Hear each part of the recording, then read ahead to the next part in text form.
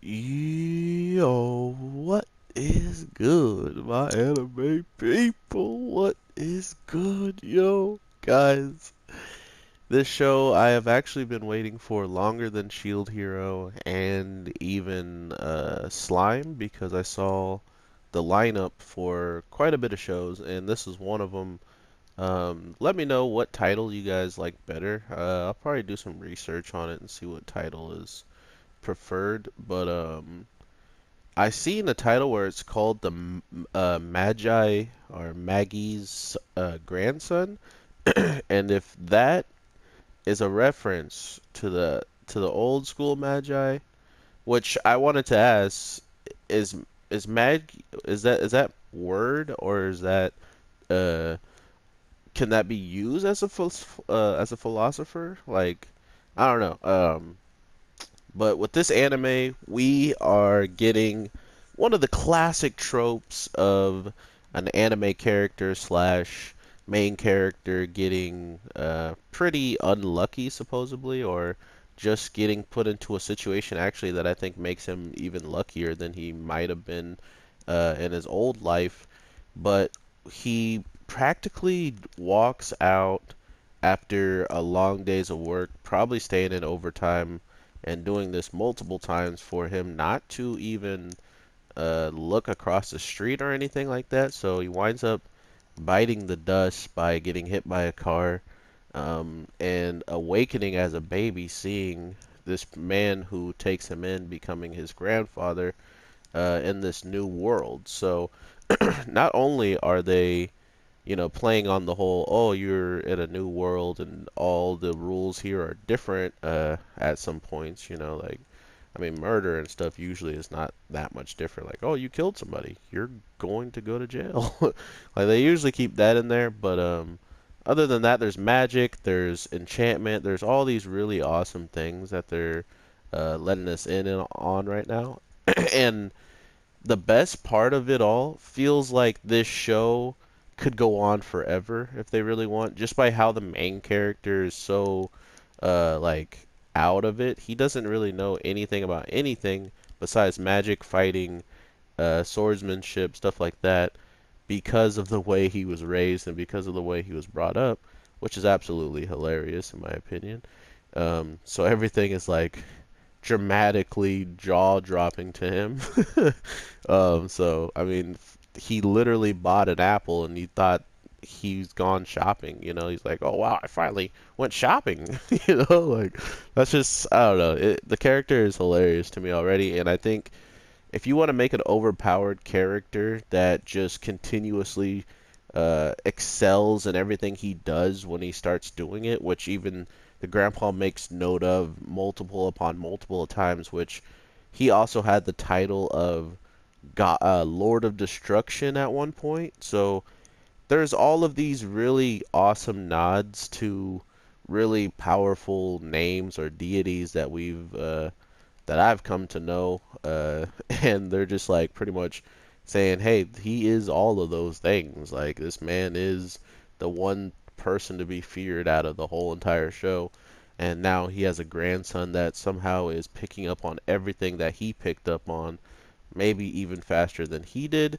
That is for the grandpa probably to say later on, or to maybe get jealous and tell a lie to him, be like, "Nah, I learned this stuff when I was an infant, so you're taking a bit time." But yeah, this is what I want. Like this show is so relaxing and so easy to watch and be entertained with that there's not much else I have to like say or do because the show itself really, really played a fun and enjoyable role.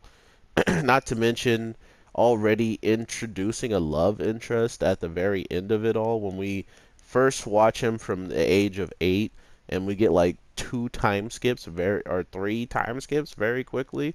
So I feel like they used every single time skip that they really needed to get to the point where the story is supposedly going to be more entertaining.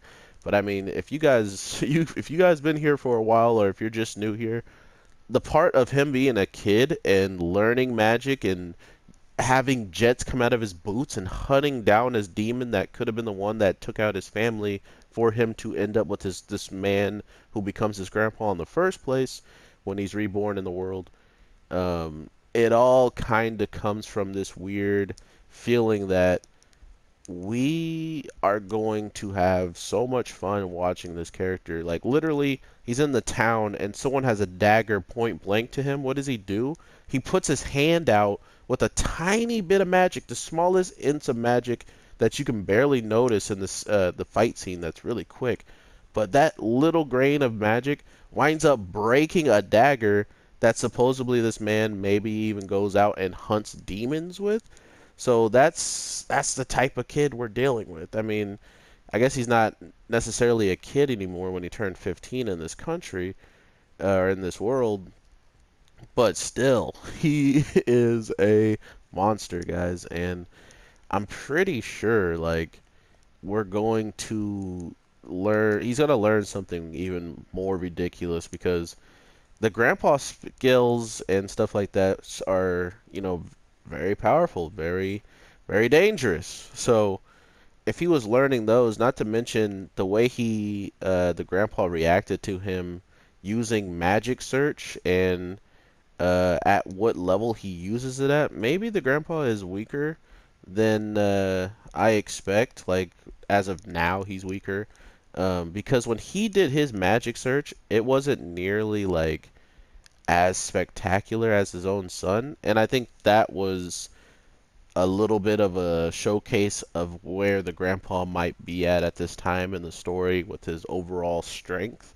I mean, he does have a good radius, but this kid practically covered the whole entire forest, the AKA backyard that, you know, he's been living in this whole time and got to see like every single thing, even the grandma.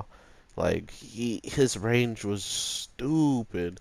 And then he found the sinister he could pick out what the difference is of a demon already as well. So I am absolutely ready for a 26 episode show like this. I'm saying that hoping that that's how many episodes or at least like more than 12, you know. I want a lot of this show. I can already tell. I'm a fan of it simply from how the main character is and how the overall story kind of surrounds him. And I mean, for instance, it just feels like this story knows what it wants to be, so it doesn't have to really force anything. Like everything feels like it should happen at this point that we've seen. He's learning about his grandma and grandpa who's been going at each other's necks like dogs every time, something comes up that one of them don't like. And then, he didn't really question it because he just was like, oh, well, maybe they always been like this. Maybe this is just how they are. And come to find out, they were married at some point, and that absolutely blows his mind. Not to mention, the guy he just calls uncle is the king.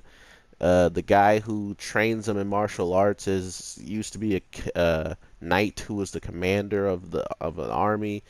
Like everybody has high status. The two brothers, the brother and sister, who supposedly might be just a wee bit older than him, because he says you need to find some people around your age, almost insinuating that he hasn't been. He said you need to be around people your own age, and it kind of insinuated to me that they aren't his age; they're older than him.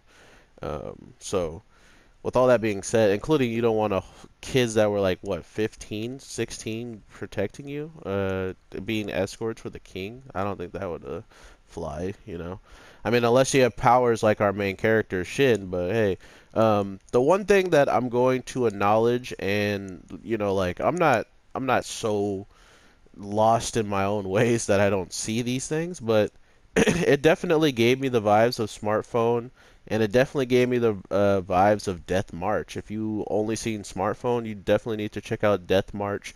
I feel like that show was the closest thing to doing the exact same type of story, but at the same time, it came out feeling so much more uh, as a solo. Like it didn't feel like those two worlds were even could be even connected or anything like that, just because of how the small subtle differences that you see in it are there, and I love that. So that's what I'm hoping for this show. Make it You can make it as close as those shows as you want, but just make this character feel like his own. Make these other characters come into their own.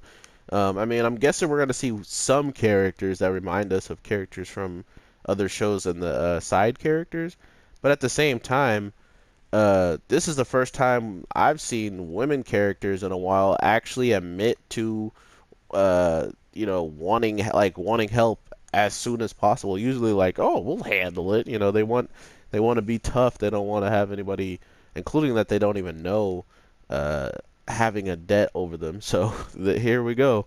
The show of the grandsons, the philosopher's grandson, or the Magi's grandson, or like occasional Jesu or some. I butchered it. I apologize.